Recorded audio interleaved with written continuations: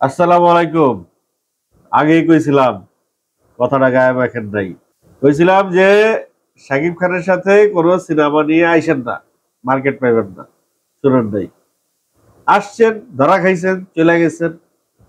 এই যে যে ধরা খাইলেন, চলে গেলেন, মার্কেট পাইলেন না, লস করলেন। কার লস হইলো? আপনাদেরই তো হইলো, তাই না? যাই হোক, আপনারা বোধহয় আমার কন্টেন্টটা দেখেন নাই, অথবা দেখলেও কথার মর্ম বুঝেন নাই।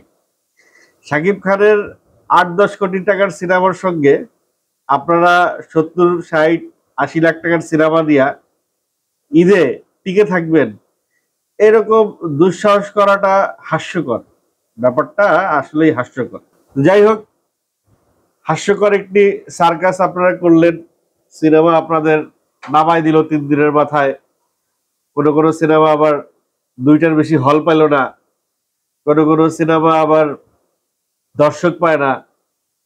কোন সিনেমার নায়িকা আবার সেই সিনেমার ডিরেক্টরকে থাপড়ায়, কিলায়, ঘুষায়, মাইট দেয়। কি যে একটা সার্কাস হইলো এবার সিনেমা নিয়া, মানে ঈদের সিনেমা নিয়া। ভাই, হিসাবটা তো সহজ, খুব সহজ একটা হিসাব। শাকিব খান, ঈদ শাকিব খানের ভাই, বাংলা কথা। শাকিব খানের ঈদ, যদি শাকিব খানের সাথে ঈদে লড়তে চান, যদি শাকিব খানের সাথে ঈদে কিছু একটা করতে চান, তাহলে এক্সট্রা অর্ডিনারি কিছু করে নিয়ে আসতে হবে। ওই লামসাম যদু মধু কদু বানায়া, এভারেস্ট সিনেমা বানায়া শাকিব খানের সিনেমার সাথে টিকে থাকা যাবে না। এখন এই কথাগুলো কিন্তু আমি গত ঈদ থেকে বলে আসতেছি, গত ঈদেও বলছি, আপনারা কানে তুলেন নাই। এই ঈদও বললাম। তারপরেও যদি এখান থেকে আপনারা শিক্ষা না পান, তাহলে আপনাদের শিখানোর জন্য পৃথিবীতে কোনো লেসন নাই, কোনো শিক্ষাই আপনাদেরকে শেখানোর জন্য উপযুক্ত না। যারা নিজের পায়ে কুড়াল মারে, তাদেরকে কেউ ফিরাইতে পারে না। কারণ আপনি আরেকজনের পায়ে কুড়াল মারবেন, আপনি সেই সময় সেই লোকটাকে হয়তো প্রোটেক্ট করে রাখতে পারেন, অথবা তার হাত ধরতে পারেন। কিন্তু যে নিজের পায়ে কুড়াল মারবে, তার পিছনে তো আর সবসময় ২৪ ঘন্টা থাকতে পারেন না। সে কোন জায়গায় যায়, কোন আকাম করে নিজের পায়ে কুড়াল মারবে, সেটা আপনি কিভাবে লক্ষ্য রাখবেন? তো আমাদের দেশে শাকিব খানের সঙ্গে ম্যাক্সিমাম সিনেমা, দুই একটা বাদ দিয়ে ম্যাক্সিমাম সিনেমা যারা শাকিব খানের সঙ্গে আসে, তারা বেসিক্যালি নিজের পায়ে কুড়াল মারে। নিজের পায়ে কুড়াল মেরে তারা তাদের নিজেদের সর্বনাশ করে ঘরে বসে থাকে। তো যাই হোক, এই কুরবানির ঈদে যে ঘটনাটি ঘটলো, এর পরেও যদি আপনারা শিক্ষা না নেন, তাইলে আসলে আপনাদেরকে, আমার মনে হয় বাংলাদেশে যে পাবনা একটা জায়গা আছে, ওইখানেও আর জায়গা দেওয়া সম্ভব না। এত পাগল আপনারা যে ওইখানেও আপনাদের চিকিৎসা হওয়া সম্ভব না। যদি শাকিব খানের, সোজা সাপটা কথা ভাই, শাকিব খানের সঙ্গে আপনারা আসবেন সিনেমা নিয়ে, শাকিব খানের এমনিতে একটা হাইপ আছে, এমনিতে একটা ক্রেজ আছে। সো আপনাদের এক্সট্রা অর্ডিনারি কিছু একটা বানায় নিয়ে আসতে হবে। হয় গল্পের জোর, না হয় মেকিং এর জোর, না হয় বাজেটের জোর, কিছু একটা তো লাগবে। লামসাম যদু মধু কদু দিয়ে আর খেলা জমবে না। চাপাবাজি করে, ডায়লগবাজি করে, মিথ্যা কথা বলে দর্শকদের হলে নেওয়া যাবে না। তো ওই দিন শেষ। একটা ভাত রাঁধার সময় পাতিলের একটা ভাত দিয়ে চাপ দিলেই তো বুঝে যায় যে পাতিলের ভাত হয়েছে কিনা। তো কোনো একটা প্রজেক্ট আপনি যখন বানাবেন, সেই প্রজেক্টের টিজার বা ট্রেইলার বা গান বা লুক দেখলেই তো বোঝা যায় সেটা কি সিনেমা হইতে যাচ্ছে। এবার শাকিব খানের তুফানের টিজার নিয়ে সারা পৃথিবী কন্টেন্ট বানাইলো, সারা পৃথিবী কন্টেন্ট বানাইলো, ৪,০০০ কন্টেন্ট হয়েছে। আর শাকিব খানের তুফান ছাড়া বাকি যে ৪টা কন্টেন্ট আসছে, তাদেরকে তো বাংলাদেশেই ঠিক মতো কন্টেন্ট হয়নি। এতটা শাকিব খানের তুফানের সঙ্গে কম্পিটিশনের বাইরের সিনেমা, যে তুফান নিয়ে কথা বলবে না ওইসব সিনেমা নিয়ে কথা বলবে। যাই হোক, হুশ আসলে ভালো, না আসলে আরো ভালো। কারণ ওই একটা দুটা সিনেমা করে তারা লেজ গুটিয়ে ইন্ডাস্ট্রি থেকে চলে যাবে। দুষ্টু কোকিল গানের একটা ইন্টারভিউ দেখলাম আকাশ সেনের, সেখানে আকাশ সেন অনেক আফসোস করলো, অনেক অভিযোগ দিল যে টাইটেলে তার নাম দেয় না। আমি এর আগেও দেখছি, চরকিতেও দেখছি, এসবিও দেখছি, যে মাঝে মাঝেই ডান্স কোরিওগ্রাফার নাম থাকে না, সিঙ্গারের নাম থাকে না, লিরিসিস্টের নাম থাকে না। এটার একটা কারণ হইতে পারে যে ওটা আপলোড করে সেই লোক ভুল করতে পারে, কিন্তু সেই লোকরে ভাই আপনারা যা প্রোভাইড করবেন সে তো তাই আপলোড করবে। তার মানে খামাখা অন্যের ঘরে দোষ চাপায়া নিজে বাঁচা যাবে না। আপনারাই কোনো একটা নিজেদের একটা কোনো একটা রিজন থাকে, যে রিজনে আপনারা চান যে ওই লোকটার নাম না যাক, ওই লোকটার নাম না আসুক। এগুলো কেন করেন? একটা লোকের ক্রেডিট দিতে আপনাদের প্রবলেম কোথায়? আজকে আকাশ সেন যখন এই কথা বলল যে আমাকে তারা আবার আমার ক্রেডিট দেয় না, তারা আমার নাম লেখে না, এটা তো তার জন্য যতটা কষ্টকর তার চাইতে লজ্জাজনক আমাদের জন্য, যে একটা শিল্পী, সে বিদেশি শিল্পী, তাকে আপনারা কাজ করছেন কিন্তু তাকে তার প্রপার সম্মানটা দিচ্ছেন না। আমার মনে হয় এইসব জায়গায় আরো একটু সচেতন হওয়া প্রয়োজন। দুষ্টু কোকিল গানটা কিন্তু আকাশ সেনের কাছ থেকে অন্য এক প্রডিউসার নিতে চাইছিল।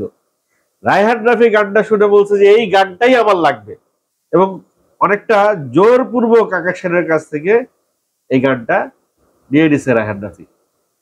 সেই সঙ্গে গানটা যখন রিলিজ হয়েছে তখন কিন্তু ওই যেই প্রডিউসারকে দেবার কথা ছিল, সেই প্রডিউসার যেদিন রায়হান রাফি দিছে সেদিনই সেই প্রডিউসার কাকতালীয় ভাবে আকাশ সেনকে ফোন দিছে, এবং আকাশ সেন বলছে যে ভাই আর কিছু করার নাই, এটা তো লক হয়ে গেছে, এটা নেওয়া হয়ে গেছে। তাহলে দেখেন, কার যদি ভাগ্যে থাকে, কপালে থাকলে আসলে গোপালেও ঠেকাইতে পারে না।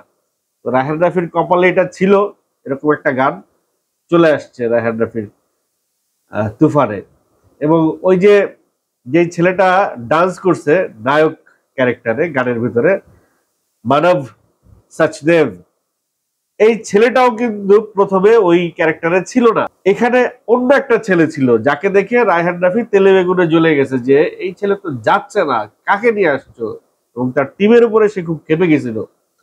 আকাশ সেন এই মানব সাজদেবকে নিয়ে আসছে এবং খুব অল্প কয়েকটা টেকের মধ্যে সে তার কাজ ছেড়ে দিছে। এবং আকাশ সেনের কাছে রায়হান রাফি এই কারণে অ্যাটলিস্ট কৃতজ্ঞ, এবং মানব সাজদেবও আকাশ সেনের কাছে আজীবন কৃতজ্ঞ। তো যাই হোক, মানবের সেই অল্প একটু অ্যাপিয়ারেন্স কিন্তু চমৎকার লেগেছে সিনেমার ভিতরে। অনেকেই তাকে মনে রেখেছেন, অনেকে মনে রাখেননি, বাট আমার চোখে এখনো ওই ছেলেটার সেই দুষ্টু চেহারাটা ভাসছে। রাফি একটা আফসোস করছে, রাফির আফসোস যে মানুষ বলে তুফানে কোনো মেসেজ নেই, তুফান সিনেমায় কোনো মেসেজ নেই, অথচ রাফি এত বড় একটা স্ট্রং মেসেজ দিছে, এই মেসেজ নিয়ে কোনো কন্টেন্ট ক্রিয়েটার তাদের রিভিউয়ে কোনো কথা বলে নাই। এটা রাফির অভিযোগ। তো যাই হোক, রাফির সেই অভিযোগকে আমি একটু সান্ত্বনা দেওয়ার জন্য সেই বিষয়টা নিয়ে 2-4টা লাইন বলতে চাই। সেটা হলো গিয়ে যে ওই তুফানের সিনেমার ভিতরে রাফি বলে দিছে ইন্টারভিউতে, সো এটার স্পয়লার হচ্ছে না, কারণ রাফির কথাই আমি রিপিট করতেছি। তাহলে আমিও এটা নিয়ে কথা বলতাম আমার রিভিউতে, যেহেতু স্পয়লার হয়ে যাবে এই কারণে আমি কথাগুলো বলি নাই তখন। তো রাফির তুফানে একটা ছোট্ট তুফানের গল্পের মধ্যে একটা ছোট্ট গল্প আছে। সেটা হচ্ছে গিয়ে যে শাকিব খান তো দুইটা চরিত্র করে, যেই শাকিব খান হিরো হইতে চায় আর এক শাকিব খান ভিলেন, একজন ভালো করতে চায়, একজন খারাপ করতে চায়। তো যে ভালো করতে চায় সেই শাকিব খান যেই এলাকায় থাকে সেই এলাকার এক বৌদি প্রেগনেন্ট, এবং শেষ সময়ে তাকে নিয়ে হাসপাতালে যায় এই শাকিব খান। নিয়ে যাওয়ার পরে সেখানে হাসপাতাল থেকে জানানো হয় তার ব্লাড লাগবে, কিন্তু সেই ব্লাড এত রাতে কিভাবে জোগাড় করবে? আর দেখানো হচ্ছে সেই 90s গল্প। ওই সময় সবার তো সেলফোন নাই, আপনারা একটু খেয়াল করে দেখবেন যে পুরা সিনেমায় কেউ মোবাইল ফোন ব্যবহার করা নাই। তো যেহেতু 90s একটা গল্প, তো মাইকিং করে, মসজিদে মাইকিং করে সেই হিন্দু বৌদির জন্য ব্লাড জোগাড় করে। তো বিষয়টা রাফি এইভাবে বুঝাইতে চাইছে যে হিন্দু আর মুসলমানের যে ভ্রাতৃত্ব, যে নিজেদের মধ্যে যে একটা সুন্দর সম্পর্ক বিরাজমান এবং হয় এটা সম্ভব, এটা চলে আসতেছে, সেই বিষয়টা, সেই মেসেজটা রায়হান রাফি তুফানের ভিতরে তুলে ধরছে। এই যে মেসেজ আছে, এই মেসেজটা নিয়ে অনেকেই কথা বলে নাই, সবাই শুধু বলে তুফানে কোনো মেসেজ নাই। মেসেজ দিয়ে যখন কথা উঠলো তখন আরো কয়েকটা কথা বলি। সেটা হচ্ছে গিয়ে যে এই মেসেজ দিয়ে অনেক সাংবাদিক ভাই ব্রাদার আবার স্ট্যাটাস দিয়েছে ফেসবুকে, সেখানে শাহরিয়ার নাজিম জয় একটা কমেন্ট করছে, আমার ভালো লাগছে, যে তুফানের সবচেয়ে বড় মেসেজ হলো গিয়া যে নারী দুই প্রকার, এক প্রকার নারী ছেলেদের করে উপকার, আর এক প্রকার নারী ছেলেদের করে ধ্বংস। উপকার নিয়ে সেই ছেলেকে ধ্বংস করে দেয়।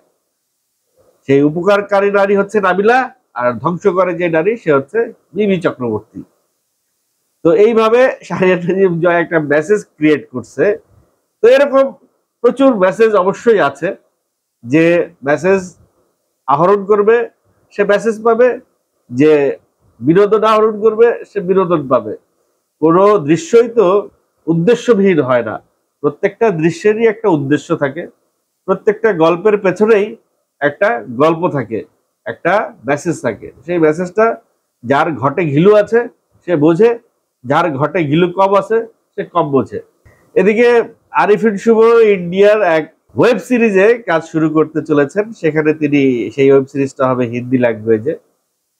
তো বিষয় সেটা না, বিষয় হচ্ছে গিয়া যে আরিফিন শুভ কিন্তু বহুদিন ধরে কলকাতার বা ভারতের বা বোম্বের বিভিন্ন প্রডিউসার, বিভিন্ন প্রযোজক, বিভিন্ন ডিরেক্টরকে লুক টেস্ট দিয়ে আসতেছে।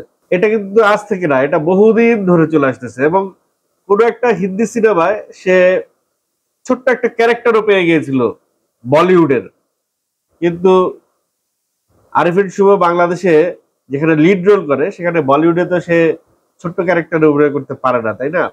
তো সেই কারণে সেই সেই ছোট্ট ক্যারেক্টারটা আরিফিন শুভ না করে দেয়। তো সেই নাটা আরিফিন শুভর এখন কাজে লাগছে। সে এখন একটা হিন্দি ওয়েব সিরিজে কাজ করতে চলেছে। 1971 সালের গল্পের উপরে সেটি নির্মাণ করা হবে। এখন দেখার বিষয় হচ্ছে যে এই হিন্দি ওয়েব সিরিজটায় আরিফিন শুভ কতটা তার গুড লাক নিয়ে আসতে পারে। কারণ আরিফিন শুভ বাংলাদেশে আমার কাছে মনে হয় one of the most eligible hero, যার ফিজিক আছে, হাইট আছে, কষ্ট করার অ্যাবিলিটি আছে, চেষ্টা আছে। সে কতটুকু অ্যাক্টিং পারে, কতটুকু পারে না সেই বিষয়ে যাচ্ছে না, যার চেষ্টা আছে। তো ওই জায়গা থেকে আরিফিন শুভ বাংলাদেশে কতটুকু করতে পেরেছে জানি না। এখন বলিউডে কিন্তু অনেক নায়িকা অ্যাক্টিং, অনেক নায়ক অ্যাক্টিং পারে না, কিন্তু ওই বডি, সিক্স প্যাক, হাইট এগুলো দিয়ে কিন্তু তার একটা জায়গায় চলে গেছে। একসময় অক্ষয় কুমারকেও বলা হয়তো সে অ্যাক্টিং পারে না, টাইগার শ্রফ, আরো অনেক অ্যাক্টর আছে যারা অনেক ভালো ভালো সিনেমা করছে, অনেক জনপ্রিয় দেশে, কিন্তু অ্যাক্টিং এর বেলায় খুব একটা ধাতস্থ না। সেই জায়গায় তাদের তুলনায় আমার মনে হয় আরিফিন শুভ অনেকটা বেটার। এখন সেই হিন্দি অ্যাকসেন্টটা সে কিভাবে রপ্ত করবে বা রপ্ত করে ফেলেছে কিনা তা জানা যায়নি বা জানি না। তবে আরিফিন শুভ যদি বলিউডে পা রাখে, বলিউডের কোনো সিনেমায় সে যদি যায়, তাহলে লিড রোলেই যাওয়া উচিত। তবে এর আগে বাংলাদেশের ফেরদৌস কিন্তু হিন্দি সিনেমা করছে লিড রোলে, সেই সিনেমা বুক থুবড়ে পড়ছে বলিউডে। সেরকম যেন না হয়, কারণ অলরেডি আরিফিন শুভ মুজিব সিনেমাটা করে ভারতে একটা ভালো ভাইব করে নিয়েছে। নাসিরুদ্দিন খান থেকে শুরু করে অনেক বড় বড় ডিরেক্টর, আর্টিস্ট ওই সিনেমাটা একসঙ্গে আরিফিন শুভর সঙ্গে দেখছে, যার কারণে ওই আরিফিন শুভর সঙ্গে বলিউডের অনেক দামি দামি ডিরেক্টর, প্রডিউসারের সঙ্গে ভালো একটা যোগাযোগ হয়েছে। এখন সেই যোগাযোগটা ক্যাশ করে আরিফিন শুভ যদি সামনে একটা হিন্দি সিনেমার হিরো হয়ে আমাদের সামনে চলে আসে, অবাক হওয়ার কিন্তু কিছু নাই। আরিফিন শুভর জন্য অনেক অনেক শুভকামনা রইল। দর্শক, আপনাদের মতামত জানবার জন্য অপেক্ষা রইলাম। খুব দ্রুত চলে আসেন কমেন্ট বক্সে।